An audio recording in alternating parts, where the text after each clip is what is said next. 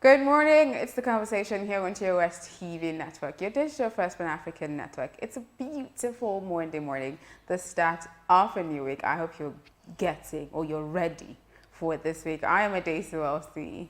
And I'm Musa Cecil. A very lovely morning to you and welcome to the conversation on TOS TV Network. All right, we're going to go on a quick break. When we get back, it'll be time to take you through developments across Africa. Do stay tuned.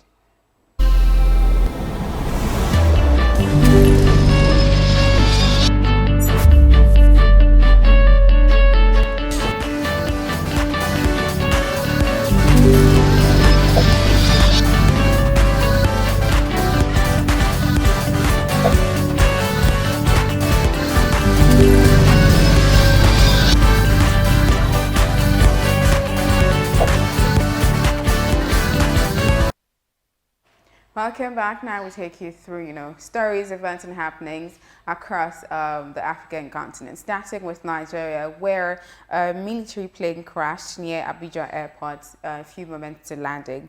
Now, a Nigerian Air Force plane crashed on Sunday as it was approaching the airport runway at the Nnamdi Azikiwe Airport, Abuja. The crash was alleged to have been due to engine failure. This was confirmed by Nigeria's Minister of Aviation, Hadi Sirika.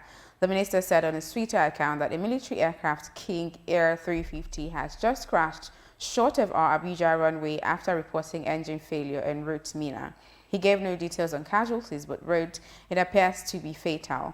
The plane's destination, Mina, is a city about 110 kilometers northwest of Nigeria's capital city, Abuja. That is a very, very sad development. I wonder if the plane wasn't in a very good condition to fly, why did they let it go? Why did they let it in the air? It's really been one of the saddest news that has been broken since yesterday. So I don't know. I think there should have been a proper check before that plane moved. But very, very applaudable has been the way that the pilot was able to maneuver the plane away from residential areas. And I think that has been talked about across various social media platforms. We just pray that the souls of the departed will be accepted by the Lord. All right, moving on to Mali. Mali unveils plan for government pledge jihadist stocks. Mali's interim government said on Friday that it would pursue dialogue with jihadists and stage elections amid fears that it is dawdling on previous promises. Presenting a plan for government in the capital Bamako 6 months after a military coup in the Sahel state, interim Prime Minister Mokhtar Quain said he would make every effort to organize free and fair elections by the end of his mandate. Young military officers ousted President Ibrahim Boubacar Keïta on August 18 after months of protest driven by his failure to solve Mali's long-running jihadist conflict and perceived corruption. The officers subsequently handed over to a civilian interim government between September and October under the threat of international sanctions. Moving over to Niger, where they're getting set, for the presidential elections. Now, Niger will choose between two heavyweights in a presidential runoff vote on Sunday, set to bring about the first democratic transition of power in the coup-prone country's history. Niger struggles with a poor economy and with jihadist insurgencies that have spilled over from Mali and Nigeria. Despite these crushing burdens, the country is on track for a peaceful handover between elected presidents, its first since independence from France in 1960. Outgoing President Mahamadou Issoufou's decision to voluntarily step down after 2 5-year terms was welcomed in a region where many leaders have tried to cling on to power. Handing over power in 2021 to a democratically elected successor will be my greatest achievement, Issoufou has said. Someone is voluntarily stepping down after 2 5-year terms. Yeah. That is 10 years. Yeah. And you are trying to say that unlike other African leaders that clinch to power, if you have been on the seat for 10 years, that's more like clinging to power. So but I think, I know you don't like the comparison, but since countries like Uganda, Mali, and all of that stuff that happened, 30-something years, yes, 30-something years, and they still want to keep going. I don't know. The emphasis is on clinging to power, irrespective of how many years, whether 10, 15, or 20 years. I think that's one of the biggest challenges. I think that the 2-year term is like the legal term any president can serve. Yeah, but then a legal term of 5 years each term. For me, I think it's too long. Too long. I prefer even the Nigerian system where we have 4 years. 4 years. It feels more like a very long time. Well, I think the issue is this: if leadership is good, I don't think people would want to say that, oh, there's a problem with how long you're on seat or you're in power. I think it's about delivering good governance and a better leadership at the end of the day. But another thing we're missing in this story is that it's handing over to a democratically elected president. Usually it's either a coup or military rule, but now it's proper democratic election, and I think that's very applaudable. Africa needs to do better in its political leadership. That can be overemphasized. True. Yeah. All right, we'll move on to this COVID-19 related story that says at least 2 died during protest against new COVID-19 measures in Gabon. At least 2 people died during the protest in Libreville, Gabon, against the government's new anti-COVID-19 measures. Wielding post pans and plastic bottles since Wednesday, Gabonese have been coming out in their numbers to denounce what they call suicidal measures adopted by the government to battle against the coronavirus. But during the night of Thursday to Friday, the protest degenerated into chaos, and at least 1 protester was shot dead, while some sources say there were 2 of them. In videos that have gone viral on social networks, remains of the victims can be surrounded by onlookers, and relatives were seen weeping, said one of the correspondents. I don't know how to feel about that. I really, it's quite sad to hear that's happening. And I'm wondering what measures were put in place to make sure. That's why I said Africa as a continent, we have to do better with our political leadership, because a political leadership that doesn't put the people at the forefront of its decisions, you know, will always keep having this back and forth, you know. So if the government, irrespective of how stringent the rules are, you know, all the measures are, once the government see that there's been a revolt, it calls for you to still go back and sit down and say, okay, our people are revolting against, you know, leadership entails a lot of wisdom. You know, our people are revolting against these sort of measures. How do we go back to the drawing board, you know, and design a strategy that suits the people at the same time, you know, caters for what the government set out to do in terms of containing the coronavirus. You know, it is for the good of the people, but at the end of the day, the people should be able to see it, that it is for their own good. I think perception management a lot of times is really the problem. If you let's come back home to Nigeria. There's been some policies recently that has been targeted at stifling the, you know, not just the voices, but the daily living of citizens. Let's take a look at what is it called, that was thrown in the house, that the Senate is trying to, you know, regulate bleaching cream and all of that. You and I would agree that the skincare industry lately has seen a boom from what it used to be. You know, it's been a creator of labor, you know, so to say. It's been creating opportunities for young people in that space, you know, to come into the beauty world and all of that. So if you're coming up with such a stringent policy to either regulate or totally, whatever aim the policy is, you must put into consideration, you know, the welfare of the citizens and how it's going to affect them, whether in an adverse position or not. Those strategy helps you, you know, create that balance between what government wants and what the people would really need. All right, having said all of that, we're going to go on another break. In that time, we're going to bring you COVID-19 updates from across the African continent.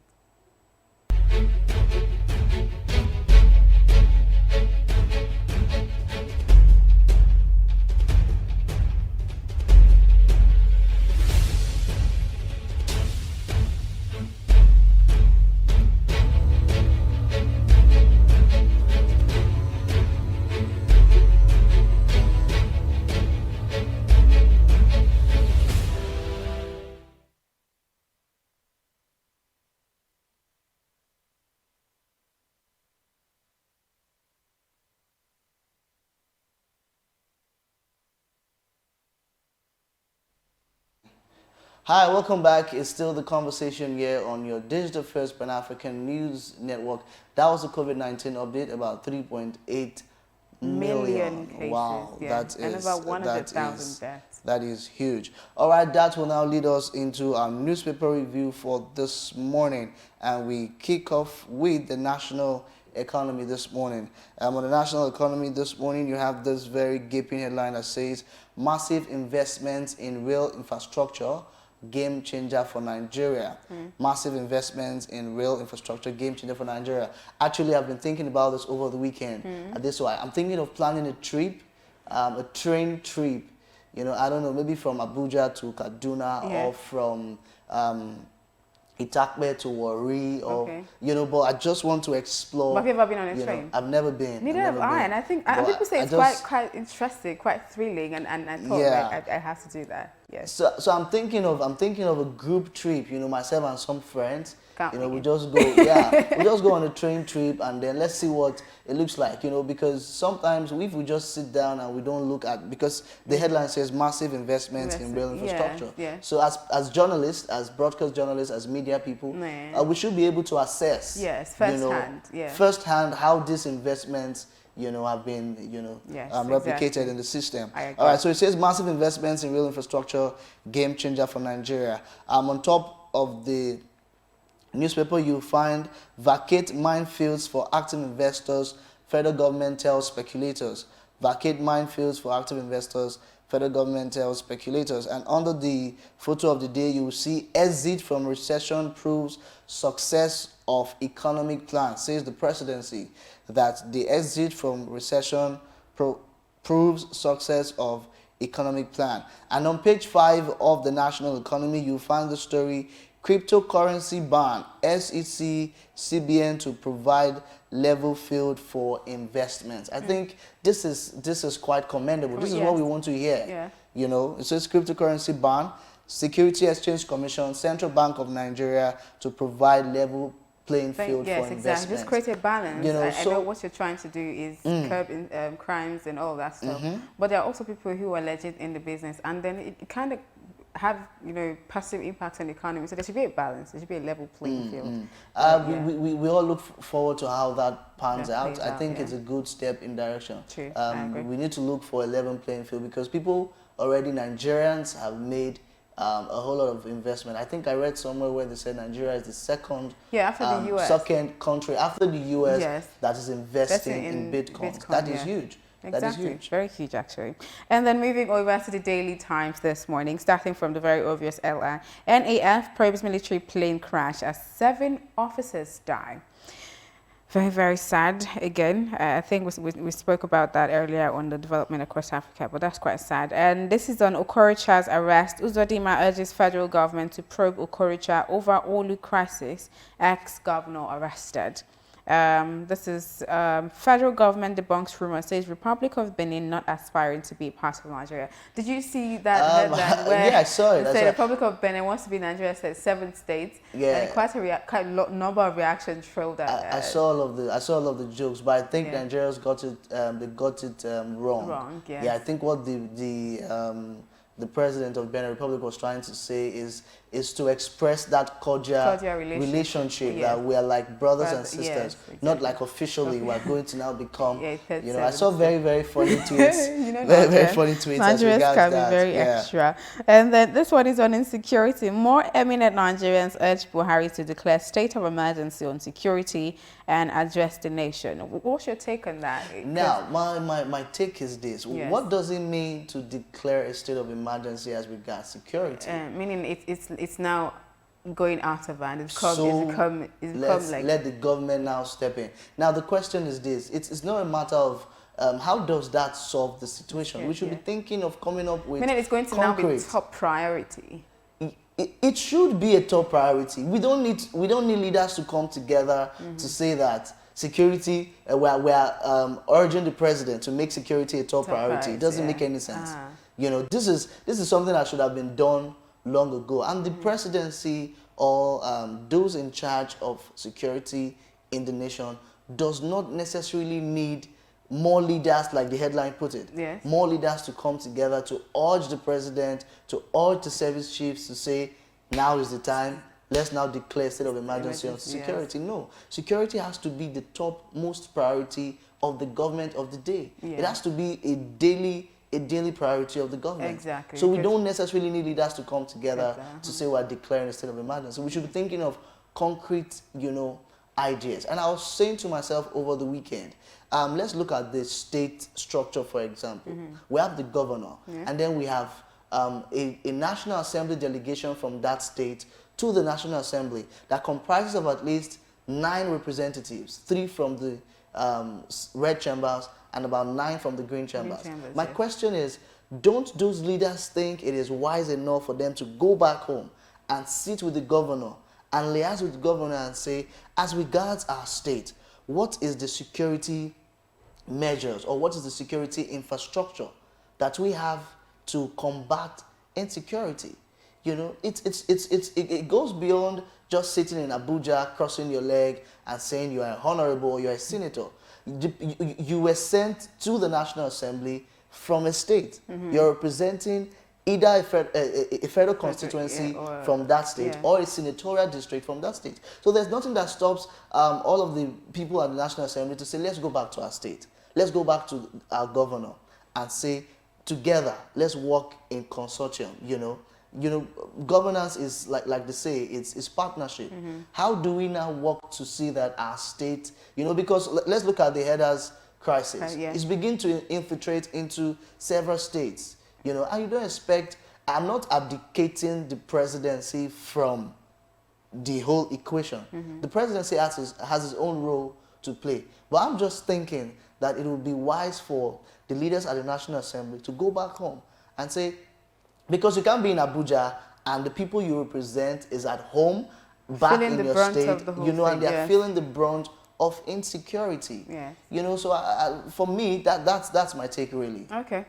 Appears Osaze takes that one really, really personally, because I can see from how he went on analyzing the thing is, in my own personal opinion, I feel that most of our leaders in the National Assembly are redundant. They're really not doing the work they need to do.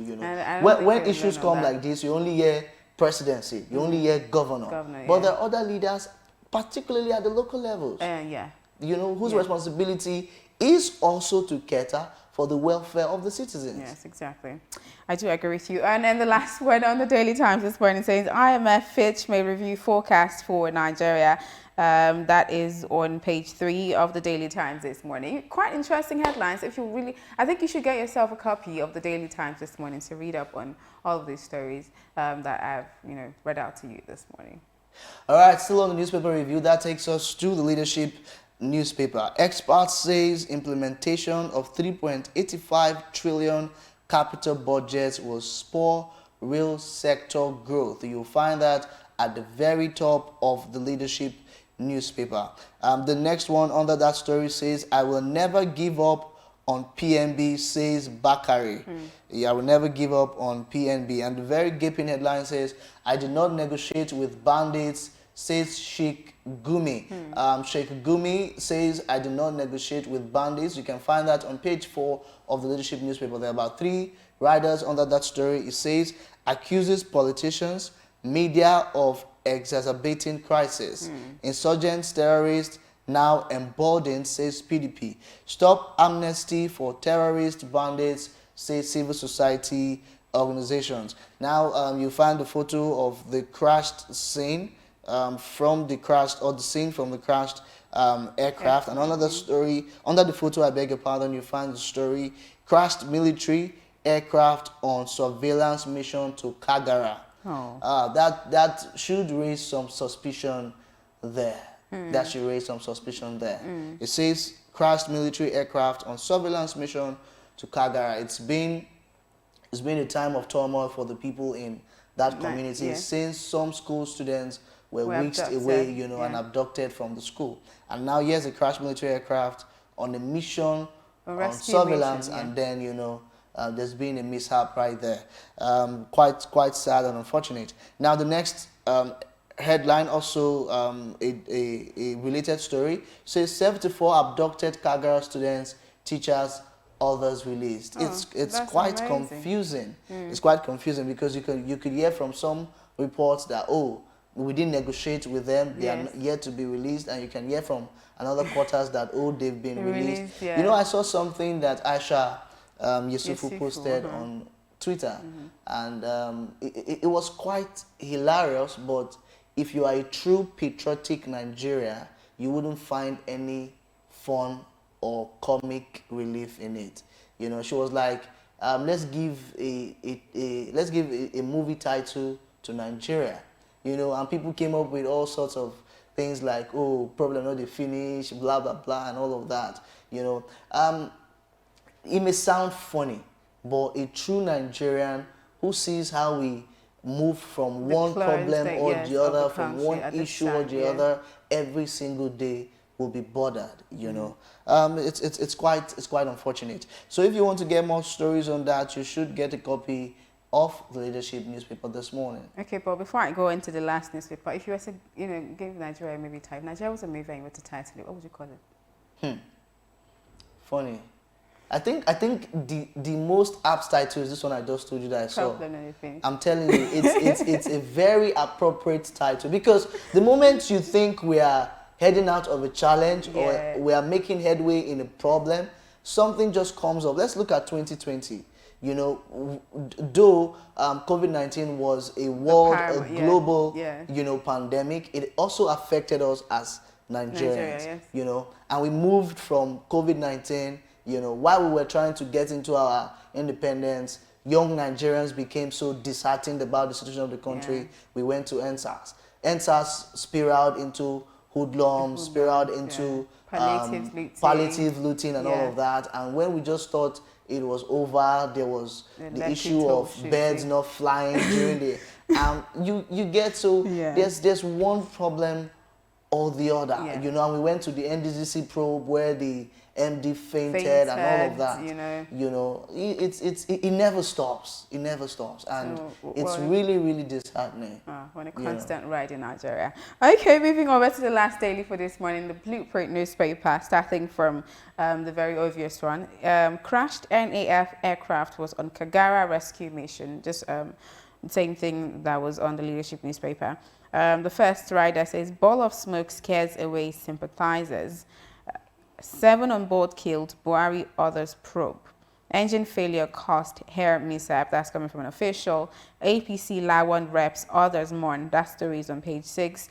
Just looking at the picture, you'll be saddened by it. It's really very sad. Just looking at the picture. So I saw a picture of the pilot, young man, very young, very handsome and young. You know, it's quite unfortunate. I think the government needs to, because like I told you, there's a huge, there's no way you won't suspect. Yeah, I think that's why the presidency is going wrong. So not just saying it, you know, it has to be followed through. That's something, you know, is done about it. I mean, okay, going on to the top of the Blueprint newspaper, it says 27 abducted Kagara students, 39 passengers released. Bandits strike in Kaduna community, kill 2, abduct 2 infants and 7 others. Raise church houses in Kajuru. As you said, when we feel like we're getting out of one, we keep hearing something else. This one on page 8 says, killer has joined APC, Aregbesola alleges. On the right-hand side of that, ex-Imo governor Okorocha arrested for unsealing seized hotel. WAEC commences e-registration in March. And then the last one, just under the picture of the day, Nigeria may get COVID-19 vaccine in 10 days. That's on page 15 of the Blueprint newspaper. So quite interesting stories, quite, you know, interesting developments in Nigeria as of today. Just get yourself a copy, just so you can be in the know. You know what's happening in the country, and then you know where we're headed at this point in time. Okay, we're going to go on a break, and when we get back, it'll be time to take you through what's trending on social media.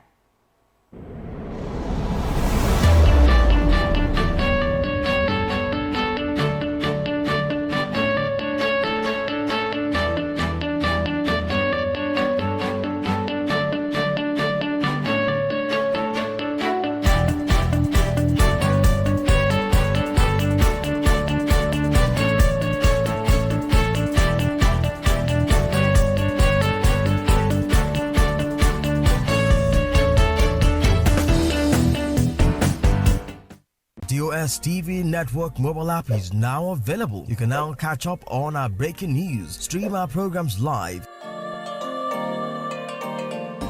watch out for the latest update on sports and politics as they unfold. You can also get notifications for our upcoming programs and events. All these on our TOS TV Network mobile app, available on Apple Store and Google Play Store. TOS TV News from Africa by Africans. Being a journalist means in-depth analysis that unravels hidden truths, that question the status quo and fact-checks government.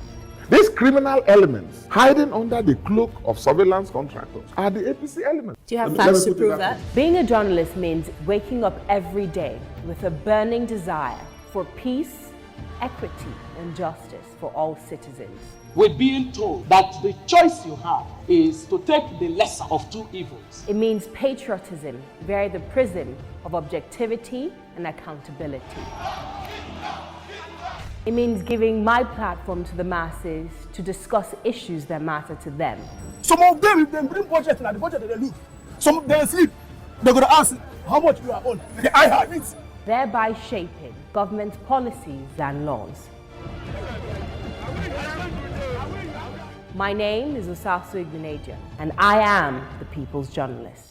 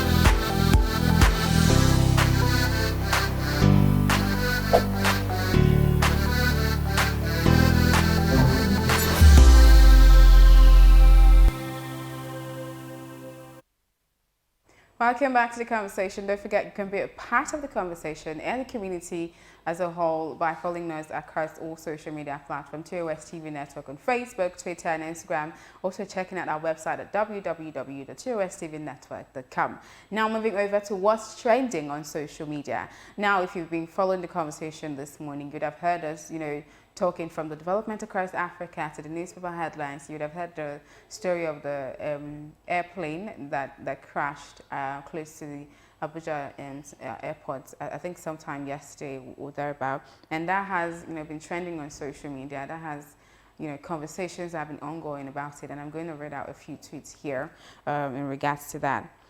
The first one is by Bashir Ahmad. The Nigerian Air Force NAF has confirmed the unfortunate crash of its B-craft King Air B350I aircraft while returning to Abuja Airport after developing an engine failure en route to Mina. Sadly, all 7 personnel on board died in the crash. May their souls rest in peace. This one is from Ben Kingsley Mwashara. This is the pilot. He has a picture of the pilot on the tweet. This is the pilot. He made sure to avoid the plane crashing into residential area. Even at the point of death, he chose to protect Nigerians. Rest on Ganzama. Rest on hero. Rest in peace, General, Abuja Airport. And then the third one is by APC Nigeria, the official handle of the All Progressive Congress Nigeria. We extend our condolences to the family of the Nigerian Air Force personnel involved in Sunday's fatal crash of the military aircraft B-craft King Air B350I at the Abuja airport. May the souls rest in peace. Very sad, very sad. And as Osaze said earlier, it's raised suspicion, and then the presidency has said they're going to, probe and investigations. It's not something to be taken lightly. Yes, the investigation has to be serious. It has to be concrete to ensure that the perpetrators, if it wasn't, a natural occurrence. The investigation has to show that it was a natural occurrence or it wasn't. Yeah, because I'm wondering why, if the engine or if the aircraft wasn't a condition to fly, for an aircraft to have engine issues, that means an aircraft, even a car, doesn't just develop engine issues. Let alone an aircraft. It's going to give you a sign. Yes. So if there's a lot of questions that should be asked and a lot of questions that should be answered. It's just quite unfortunate that people died and all that stuff, especially, but kudos to the late, pilot who ensured that, we don't have I think citizens should demand that the surveillance report is made available, so we get a full picture of what exactly transpired. Exactly. All right, that's it on what's trending here on the conversation this morning. We're going to go on another break, and this time it will be for the big story. Kai, Jesus Christ. This is bloody. This is dead bodies.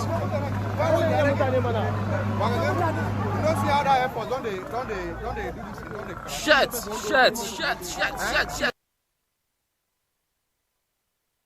North to South Africa,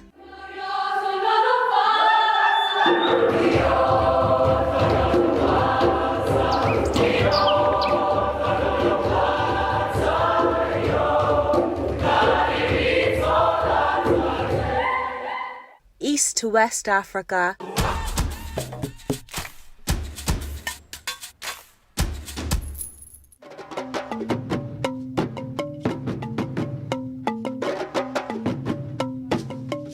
TOS TV Network is your digital-first Pan-African news network, bringing you news from across the continent. Visit our website www.tostvnetwork.com and follow us on social media at TOS TV Network on Instagram, Facebook and Twitter. Watch us on television, channel 138 on TSTV Africa.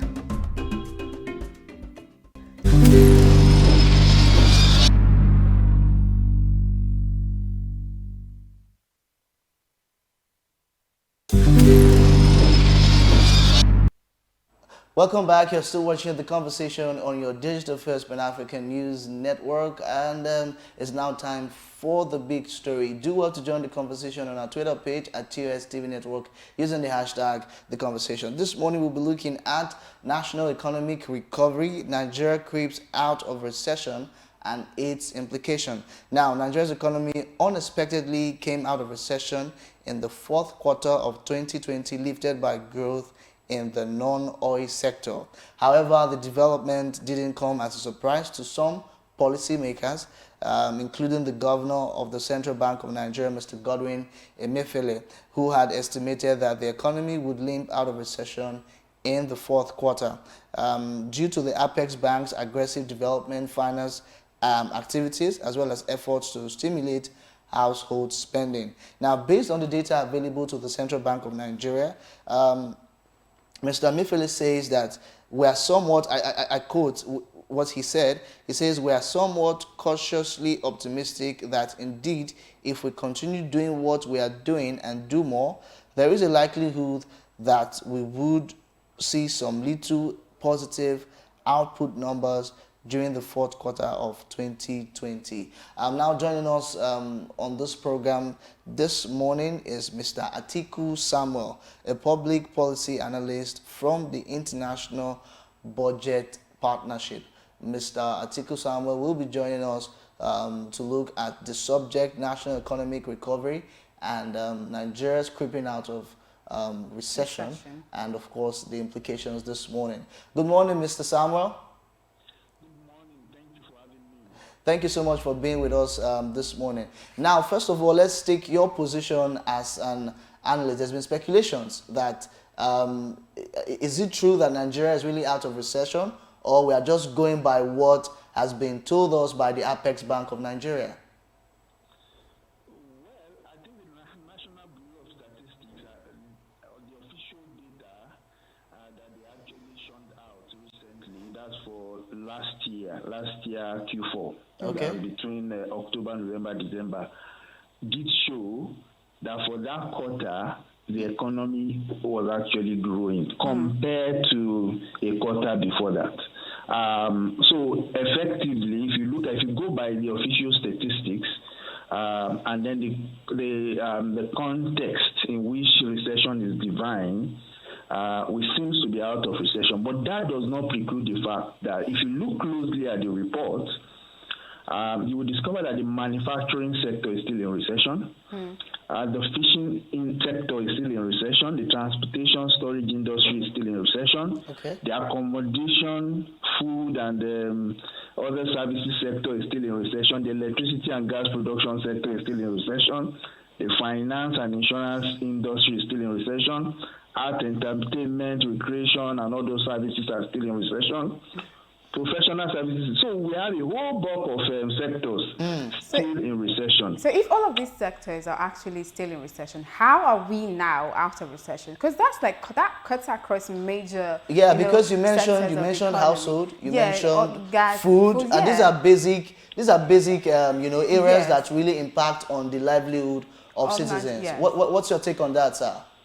Yes, so that's exactly the point I'm trying to make. That merely say that the economy is out of recession, the economy is growing by 0.11%, which is about, how will I put this now?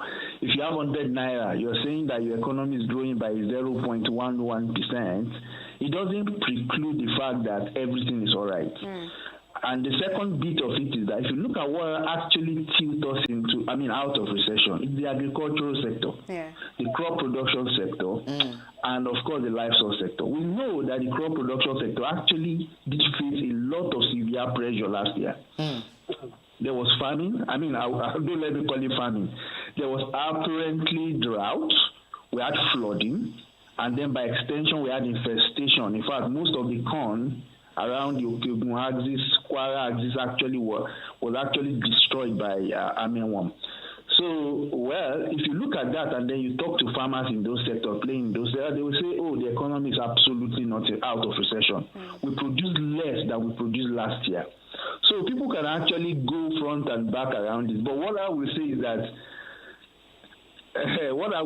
official statistics actually released by government, this suggests that the agricultural sector is actually growing.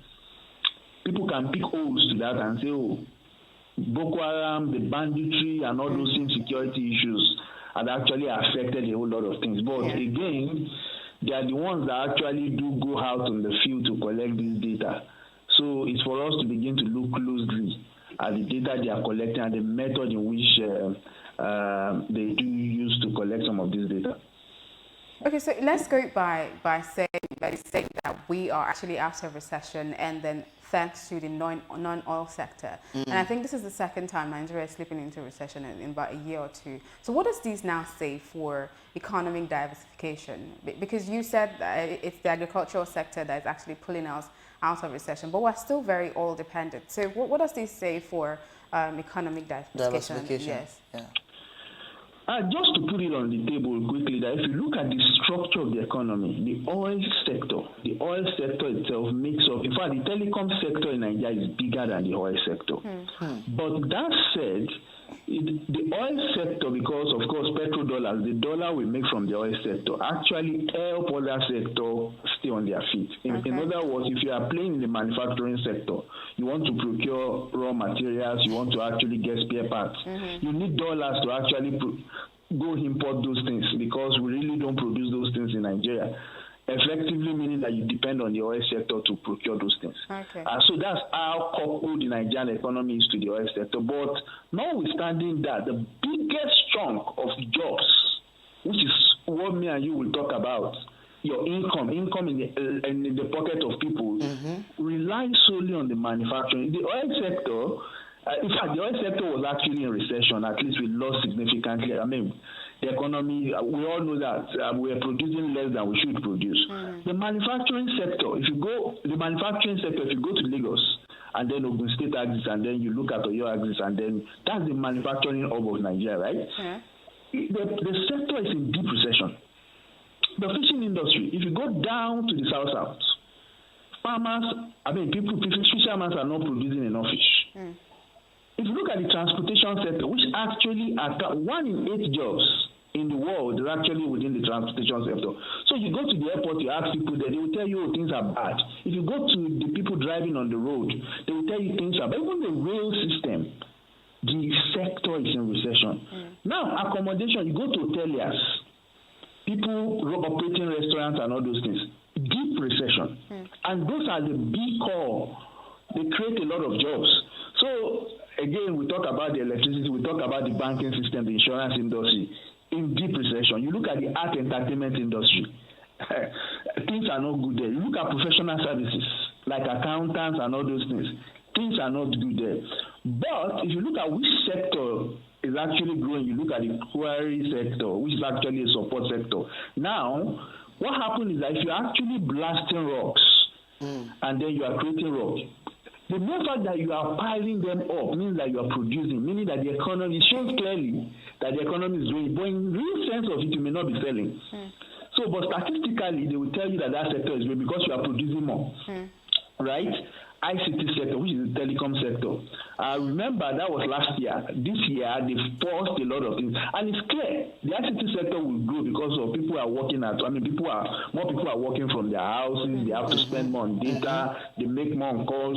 So that's understandable. The real estate sector, again, that's subjective. The real estate sector has to do with house rent and all those things. People may be changing houses, they may be moving away from, what you call it now, accommodations that actually, because they're losing their jobs, people are moving from accommodations that is actually paying higher rent, they are moving to lower rent. But statistically, it shows clearly that things seems to be good in that sector. You look at the health sector, clearly, virtually everybody's in hospital. If you have a simple cold, you run to the hospital, you want to be sure because of COVID. That sector is growing. But we can put holes in the agricultural sector. That why is the agricultural sector growing? And then begin to ask those careful questions. Now, it's left for the Bureau of Statistics to give us what is happening in that sector. So that's just an overview of what the report talks about. Thank you so much, Mr. Samuel. That has been quite expository looking at the subject matter this morning. But because of our time, we need to let you go. But before you go, can you just tell us some, from your position as a public policy analyst, can you just tell us some policies and strategies you think that the government, the CBN, can roll out to ensure that we get all of these loopholes sorted out? Yes. So it's clear you need to create jobs. You need to put money in people's pockets, meaning that you have to raise consumer spending. How do you raise consumer spending? If you look at government reports, in 2015, one of the easiest ways to create jobs is actually to go deeply into construction. Now, in going into construction, it's either you are constructing roads or you are building houses.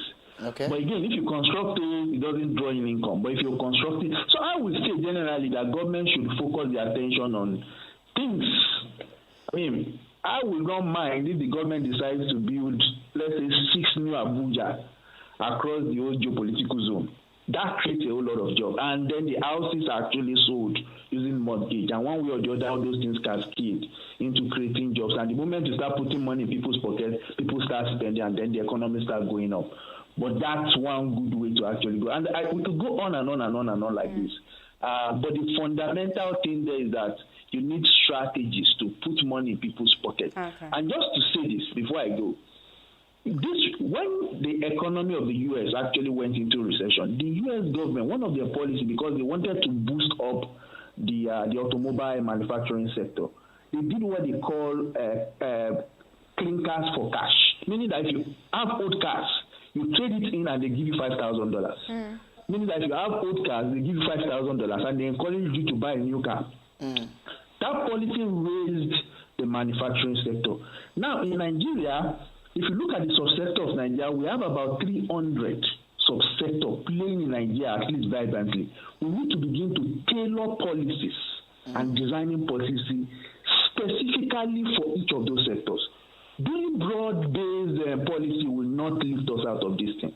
So you need to begin to look at the furniture industry. How do I raise it up? What can I do to actually help? And the only way you can actually do that is to have a public participatory system whereby you sit with manufacturing in those subsectors and have a detailed and concrete conversation with them, honest conversation with them to actually grab it. Yeah. All right, Mr. Asiko, we have to let you go at this point. Thank you so much for joining the show this morning.